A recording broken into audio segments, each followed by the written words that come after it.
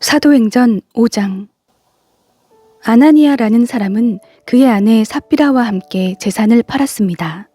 그는 그 돈의 일부를 떼어 자기 것으로 숨겨두고는 나머지를 사도들의 발 앞에 가져와 바쳤습니다. 그의 아내도 이 사실을 다 알고 있었습니다. 그러자 베드로가 말했습니다. 아나니아야, 어떻게 네가 사탄에게 마음을 빼앗겨 성령을 속이고 땅값으로 받은 돈의 일부를 네 것으로 몰래 숨겨놓았느냐? 그 땅은 팔기 전에도 네 소유였고 또 팔고 난 뒤에도 네 마음대로 처분할 수 있지 않았느냐? 그런데 왜 이런 일을 마음에 품었느냐? 너는 사람을 속인 것이 아니라 하나님을 속인 것이다. 아나니아는 이 말을 듣자마자 쓰러져 죽었습니다. 그리고 이 일을 듣는 사람들은 모두 두려움에 사로잡혔습니다. 그때 청년들이 들어와 그 시체를 싸서 들고 나가 묻어주었습니다. 3시간쯤 지나서 그의 아내가 무슨 일이 일어났는지도 모르고 들어왔습니다. 베드로가 그녀에게 물었습니다. 말해보아라. 너와 아나니아가 땅을 팔아 받은 돈이 이것뿐인가? 삽비라가 대답했습니다. 네, 그게 전부입니다. 베드로가 그녀에게 말했습니다. 너희가 어째서 서로 짜고 주의 영을 시험하려고 하느냐? 보아라, 네 남편을 묻은 사람들이 문 앞에 있으니 이번에는 너를 메고 나갈 것이다. 바로 그 순간 삽비라도 그 발 앞에 쓰러져 죽었습니다.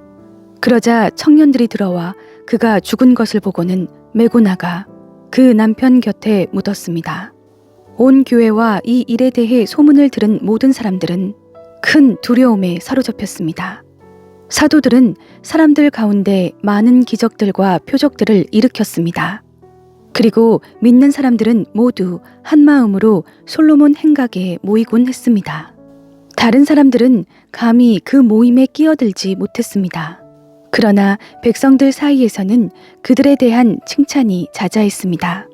더욱이 남녀 할 것 없이 점점 더 많은 사람들이 주를 믿게 돼 그 수가 늘어났습니다. 심지어 사람들은 베드로가 지나갈 때 혹시 그의 그림자에라도 덮일까 해서 들것과 자리에 환자들을 눕힌 채 거리로 데리고 나왔습니다. 예루살렘 근처의 마을에서도 많은 사람들이 환자들과 더러운 귀신에 시달리는 사람들을 데리고 모여들었고 그들도 모두 고침을 받았습니다. 그러자 대제사장과 그와 한패인 사두개파의 당원들은 모두 시기하는 마음이 가득해서 들고 일어나 사도들을 잡아다가 감옥에 가두었습니다. 그러나 그날 밤 주의 천사가 감옥 문을 열고 사도들을 밖으로 데리고 나오며 말했습니다. 가라, 성전에 서서 백성들에게 이 새 생명의 말씀을 모두 전하라. 이 말을 듣고 그들은 이른 아침 성전으로 들어가 사람들을 가르치기 시작했습니다. 그때 대제사장과 그 일행이 도착해 공회와 이스라엘 자손의 모든 장로들을 소집하고 감옥에 사람을 보내 사도들을 데려오게 했습니다. 그러나 경비병들이 감옥에 도착해 보니 그들은 온데간데 없었습니다. 그들이 돌아와 이렇게 보고했습니다. 감옥 문은 단단히 잠겨 있었고 간수들도 문마다 서 있었습니다. 그런데 문을 열어보니 안에 아무도 없었습니다. 이 말을 듣고 성전 경비대장과 대제사장들은 당황해 이러다가 또 어떤 일이 생기게 될까 걱정했습니다. 그때 누군가 들어오더니 말했습니다. 보십시오. 감옥에 가둔 그 사람들이 성전에 서서 사람들을 가르치고 있습니다. 그러자 경비대장은 부하들과 함께 나가서 사도들을 잡아왔습니다. 그러나 강제로 끌고 오지 않았는데 그것은 사람들이 자기들에게 돌을 던질까 겁이 났기 때문입니다. 그들은 사도들을 데려다가 대제사장의 신문을 받도록 공회 앞에 세웠습니다. 대제사장이 말했습니다. 우리가 예수의 이름으로 가르치지 말라고 단단히 주의를 주지 않았느냐? 그런데 너희는 온 예루살렘을 너희 가르침으로 가득 채우고 이 사람의 피에 대한 책임을 우리에게 뒤집어 씌우려고 하는구나. 베드로와 다른 사도들이 대답했습니다. 사람에게 순종하기보다 하나님께 순종하는 것이 마땅합니다. 당신들이 나무에 달아 죽인 그 예수를 우리 조상들의 하나님께서 살리셨습니다. 하나님께서는 이스라엘에게 회개와 죄 용서를 주시려고 예수를 그분 오른편에 높이셔서 왕과 구세주가 되게 하셨습니다. 우리는 이 모든 일들의 증인이고 하나님께서 그분께 순종하는 사람들에게 주신 성령 또한 그 일들의 증인이십니다. 그들은 이 말을 듣고 화가 치밀어 사도들을 죽이려고 했습니다. 그런데 가말리엘이라는 한 바리새파 사람이 공회 가운데 일어났습니다. 그는 율법학자로서 모든 사람의 존경을 한 몸에 받고 있는 사람이었습니다. 그는 사도들을 잠시 공회 밖으로 내보내라고 명령하고는 이렇게 말했습니다. 이스라엘 사람들이여, 여러분이 지금 저 사람들에게 하려는 일에 신중을 가해야 합니다. 언젠가 드다가 나타나서 자신이 대단한 사람인 양 공포하고 다니자 400명가량의 사람들이 따랐습니다. 그러나 그는 죽임을 당했고 그를 추종하던 사람들은 모두 뿔뿔이 흩어지고 말았습니다. 결국 그 일은 아무것도 아닌 일로 끝났습니다. 그 사람 뒤에도 갈릴리 사람 유다가 인구조사를 할 때 나타나서 많은 추종자들을 거느리고 반란을 도모했지만 역시 죽임을 당했고 그를 추종하던 사람들도 모두 흩어졌습니다. 그러니 지금의 경우에 대해서도 내가 한마디 하자면 저 사람들을 상관하지 말고 그냥 내버려 둡시다. 만일 그 목적이나 행동이 사람에게서 비롯된 것이라면 망하고 말 것입니다. 그러나 만약 하나님으로부터 나온 것이라면 이 사람들을 막을 수 없을 것입니다. 행여나 여러분이 하나님을 대적해 싸우는 사람이 될까 두렵습니다. 그의 충고는 충분히 설득력이 있었습니다. 그들은 사도들을 안으로 들여 채찍질을 하고는 예수의 이름으로 말하지 말라고 명령하고는 풀어주었습니다. 사도들은 예수 이름을 위해 모욕당하는 것이 합당하다고 생각하고는 기뻐하며 공회를 떠났습니다. 그들은 날마다 성전에서 또 집집마다 다니면서 예수께서 그리스도라고 가르치고 선포하기를 쉬지 않았습니다. 사도행전 6장. 이 무렵 제자들의 수는 점점 늘어났습니다. 그때 그들 가운데 그리스파 유대 사람들이 히브리파 유대 사람들에 대해 불평이 생겼습니다. 매일 음식을 분배받는 일에서 그리스파 유대 사람 과부들이 빠졌기 때문입니다. 그리하여 12사도들은 제자들을 모두 불러놓고 말했습니다. 우리가 음식을 분배하는 일로 인해 하나님의 말씀 가르치는 사역을 소홀히 여기는 것은 옳지 않습니다. 형제들이여, 여러분 가운데 성령과 지혜가 충만하다고 알려진 사람 7명을 뽑으십시오. 그러면 이 임무는 그들에게 맡기고 우리는 기도하고 말씀을 가르치는 일에 온 힘을 기울이겠습니다. 모든 사람들이 이 제안을 기쁘게 받아들였습니다. 그들은 믿음과 성령이 충만한 사람 스데반과 빌립, 브로고로, 니가노르, 디몬, 바메나, 유대교로 개종한 안디옥 사람 니골라를 뽑았습니다. 그들은 이 사람들을 사도들 앞에 세웠고 사도들은 그 사람들 머리 위에 손을 얹고 기도했습니다. 이렇게 해서 하나님의 말씀은 계속 널리 퍼져나갔으며 이로써 예루살렘에 있는 제자들의 수도 많이 늘었고 더욱이 수많은 제사장들도 이 믿음에 순종하게 됐습니다. 스데반은 하나님의 은혜와 능력이 충만해 사람들 가운데 큰 기사와 표적을 행했습니다. 그런데 그때 구레네, 알렉산드리아, 길리기아와 아시아 등지에서 온 유대 사람들로 구성된 이른바 자유인의 회당에 속한 사람들 가운데 스데반을 반대하는 사람들이 일어났습니다. 그들은 스데반과 논쟁을 벌이기 시작했지만 스데반이 지혜와 성령으로 말하는 것을 모두 당해낼 수 없었습니다.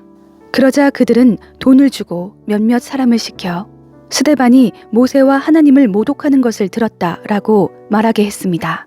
그들은 이렇게 백성들과 장로들과 율법 학자들을 선동해 스데반을 붙잡아 공회 앞으로 끌고 갔습니다. 그들은 거짓 증인들을 내세워 거짓 증언을 하게 했습니다. 이 사람은 이 거룩한 곳과 율법에 대해 험담을 그치지 않고 계속해 왔습니다. 우리는 이 사람이 나사렛 예수가 이곳을 무너뜨리고 모세가 우리에게 전해준 관습들을 바꿀 것이라고 말하는 것을 들었습니다. 그러자 공회에 앉아있던 사람들이 모두 스데반을 주목했습니다. 그때 그의 얼굴은 마치 천사의 얼굴처럼 보였습니다. 사도행전 7장. 대제사장이 스데반에게 사람들이 고소한 이 내용들이 사실이냐? 하고 물었습니다. 이 말에 대해 스데반이 대답했습니다. 형제들이여, 그리고 어르신들, 내 말을 들어보십시오. 우리 조상 아브라함이 하란에 살기 전 아직 메소포타미아에 있었을 때 영광의 하나님께서 그에게 나타나 네 고향과 친척을 떠나 내가 너에게 보여줄 땅으로 가거라 하고 말씀하셨습니다. 그래서 아브라함은 갈대아 땅을 떠나 하란에 가서 살았습니다. 거기서 그의 아버지가 죽은 후 하나님께서는 여러분이 지금 살고 있는 이 땅으로 아브라함을 보내셨습니다. 그러나 하나님께서는 여기에서 손바닥만한 땅도 아브라함에게 유산으로 주시지 않았습니다. 대신에 그와 그 씨가 이후에 그 땅을 갖게 되리라고 약속하셨습니다. 그때 아브라함에게는 자식도 없었는데 말입니다. 하나님께서 아브라함에게 이렇게 말씀하셨습니다. 너의 후손이 자기 땅이 아닌 곳에서 나그네가 될 것이다. 그리고 그곳에서 노예가 돼 400년 동안 혹사당할 것이다. 그러나 그들이 노예로 섬기게 될 그 나라에 내가 벌을 내릴 것이다. 그러고 나서야 그들이 그 땅에서 나와 이곳에서 나를 경배하게 될 것이다. 그러고 나서 하나님께서는 아브라함에게 할례의 언약을 주셨습니다. 그리하여 아브라함은 이삭을 낳았고 태어난 지 8일 만에 아들에게 할례를 주었습니다. 나중에 이삭은 야곱을 낳았고 야곱도 우리 12조상을 낳았습니다. 그런데 우리 조상들은 요셉을 시기한 나머지 그를 이집트의 노예로 팔아버렸습니다. 그러나 하나님께서는 그와 함께 계셔서 모든 어려움에서 그를 구해주셨습니다. 또 하나님께서는 요셉에게 지혜를 주셔서 이집트 왕 바로의 총애를 받게 하셨습니다. 왕은 요셉을 총리로 삼아 이집트와 왕궁을 다스리게 했습니다. 그때 이집트와 가나안 온 땅에 큰 가뭄이 들어 사람들이 심한 고통을 겪게 됐습니다. 우리 조상들도 먹을 것이 없었습니다. 야곱은 이집트에 곡식이 있다는 소문을 듣고는 우리 조상들을 처음으로 그곳에 보냈습니다. 그들이 이집트에 두 번째로 갔을 때 요셉은 자기 형제들에게 자기가 누구인지 밝혔으며 바로도 요셉의 가족에 대해 알게 됐습니다. 이 일 후에 요셉은 사람을 보내 아버지 야곱과 모든 친족까지 합해 75명을 불렀습니다. 그리하여 야곱은 이집트로 내려가게 됐으며 그와 우리 조상들은 그곳에서 죽었습니다. 그 후에 그들의 시신은 세겜으로 옮겨져 무덤에 묻혔습니다. 그 무덤은 과거에 아브라함이 세겜에서 하몰의 자손들에게 얼마의 돈을 주고 사둔 것이었습니다. 하나님께서 아브라함에게 하신 약속을 이루실 때가 가까워지자 이집트에 살고 있는 우리 민족의 수가 엄청나게 늘어났습니다. 한편 그때 요셉에 대해 아무것도 모르는 다른 왕이 이집트의 통치자가 됐습니다. 그는 우리 민족을 속여 이용해 먹었고 우리 조상들을 괴롭히며 그들의 갓난아기들을 강제로 내다버려 죽게 했습니다. 이때 모세가 태어났는데 그는 하나님 보시기에 남달리 아름다웠습니다. 모세의 부모가 3달 동안 그를 집에 숨기면서 기르다가 어쩔 수 없이 밖에 버리게 됐는데 이때 바로의 딸이 그를 주워 데려다 자기 아들로 키웠습니다. 모세는 이집트 사람들이 가진 모든 지혜를 배웠고 그의 말과 행동에 큰 능력이 나타났습니다. 모세가 40살이 되자 자기 동족 이스라엘 백성들을 돌봐야겠다는 결심을 하게 됐습니다. 모세는 자기 백성들 가운데 한 사람이 이집트 사람에게 학대당하는 것을 보고 그 편을 들러갔다가 그 이집트 사람을 쳐 죽이고 원수를 갚아주었습니다. 모세는 자기 동족만큼은 하나님께서 자기를 통해 그들을 구원해 내실 것을 깨닫고 있으리라 생각했지만 실제로 그들은 깨닫지 못했습니다. 그 다음날 모세는 서로 싸우고 있는 2명의 이스라엘 사람들에게 다가가 화해시킬 생각으로 말했습니다. 여러분, 당신들은 같은 형제들인데 어째서 다투고 있단 말입니까? 그러자 싸움을 걸었던 사람이 모세를 밀치며 말했습니다. 누가 당신을 우리의 지도자나 재판관으로 세웠소? 당신이 어제 이집트 사람을 죽인 것처럼 나도 죽이려는 것이오? 모세는 이 말을 듣자 미디안 땅으로 도망쳐 나왔습니다. 그는 거기서 나그네 생활을 하며 2 아들을 낳았습니다. 40년이 지난 후 한 천사가 시내산 근처 광야에서 타오르는 가시떨기나무 불꽃 가운데 모세에게 나타났습니다. 모세는 이 광경을 보고 놀랐습니다. 그가 더 자세히 보려고 가까이 다가가자 주의 음성이 들렸습니다. 나는 너의 조상의 하나님, 곧 아브라함과 이삭과 야곱의 하나님이다. 이에 모세는 두려워 떨며 감히 쳐다보지도 못했습니다. 그때 주께서 그에게 말씀하셨습니다. 네 신을 벗어라. 네가 서 있는 곳은 거룩한 땅이다. 내가 이집트에 있는 내 백성이 억압당하는 것을 분명히 보았고 또 그 신음소리를 듣고 그들을 구원하기 위해 내려왔다. 자, 이제 내가 너를 이집트로 보낼 것이다. 이 사람은 이스라엘 백성이 누가 당신을 우리의 지도자나 재판관으로 세웠소? 라면서 거부하던 사람인데 가시떨기 나무 불꽃 가운데 나타났던 천사를 통해 하나님께서 직접 모세를 그들의 지도자와 구원자로 보내셨습니다. 모세는 백성을 이집트에서 인도해내면서 이집트와 홍해 앞에서 그리고 40년 동안 광야에서 기적들과 표적들을 행했습니다. 이스라엘 백성에게 하나님께서 너희 백성 가운데 나 같은 예언자를 보낼 것이다 라고 한 사람이 바로 이 모세입니다. 그는 시내산에서 말하던 그 천사와 함께 우리 조상들과 더불어 광야 교회에 있으면서 살아있는 말씀을 받아 우리에게 전해주었습니다. 그러나 우리 조상은 그의 말을 듣지 않고 오히려 그를 거절하며 그 마음으로 이집트로 돌아갈 생각을 했습니다. 그들은 아론에게 우리를 인도할 신들을 만들어 주시오. 우리를 이집트에서 인도해낸 모세라는 사람은 도대체 어떻게 됐는지 모르겠소 라고 말했습니다. 그리고 그들이 송아지를 본떠 우상을 만든 것이 바로 이때였습니다. 그들은 이 우상에게 제물을 바치고 자기들의 손으로 만든 것을 기뻐했습니다.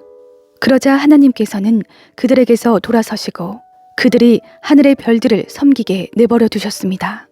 이것은 예언자들의 책에 기록된 것과 같습니다. 이스라엘 백성아, 너희가 40년 동안 광야에 있을 때 내게 희생과 제물을 가져온 적이 있었느냐? 너희는 너희가 숭배하려고 만든 몰록의 천막과 너희 신 레판의 별을 높이 들었다. 그러므로 내가 너희를 바벨론 저편으로 옮길 것이다. 우리 조상은 광야에서 증거의 장막을 가지고 있었습니다.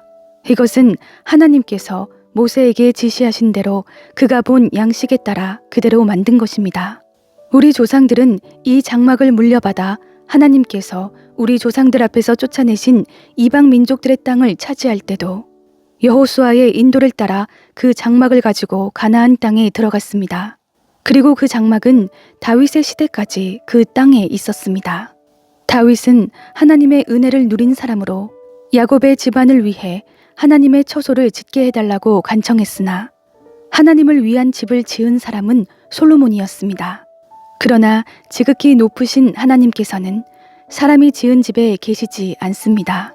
이것은 예언자가 한 말과 같습니다. 주께서 말씀하시기를 하늘이 내 보좌이고 땅이 내 발판이다. 그런데 너희가 나를 위해 무슨 집을 짓겠느냐? 또 내가 쉴 만한 곳이 어디 있겠느냐? 이 모든 것을 다 내 손으로 만들지 않았느냐? 목이 곧고 마음과 귀가 꽉 막힌 사람들이여, 당신들도 여러분의 조상처럼 계속해서 성령을 거역하고 있습니다. 당신들의 조상이 핍박하지 않은 예언자가 있었습니까? 그들은 심지어 의인이 올 것을 예언한 사람들을 죽였고 이제는 당신들도 그 의인을 배반하고 죽였습니다. 당신들은 천사들이 전해준 율법을 받았으면서도 그것을 지키지 않았습니다.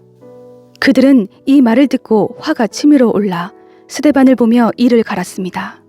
그러나 스데반은 성령으로 충만해 하늘을 우러러 하나님의 영광과 예수께서 하나님의 오른편에 서 계신 것을 보고 이렇게 외쳤습니다. 보십시오. 하늘이 열리고 인자가 하나님의 오른편에 서 계신 것이 보입니다. 그러자 그들은 귀를 막고 목이 찢어져라 소리를 지르며 그를 향해 일제히 달려들어 그를 성 밖으로 끌어낸 후 돌을 던지기 시작했습니다. 한편 목격자들은 자기들의 옷을 벗어 사울이라는 청년의 발 앞에 두었습니다. 그들이 돌로 칠 때 스데반은 주 예수여, 내 영혼을 받아주소서 라고 기도했습니다. 그러고 나서 스데반은 무릎을 꿇고 큰 소리로 주여, 이 죄를 저 사람들에게 돌리지 마소서라고 외쳤습니다. 이 말을 끝낸 후 그는 잠들었습니다.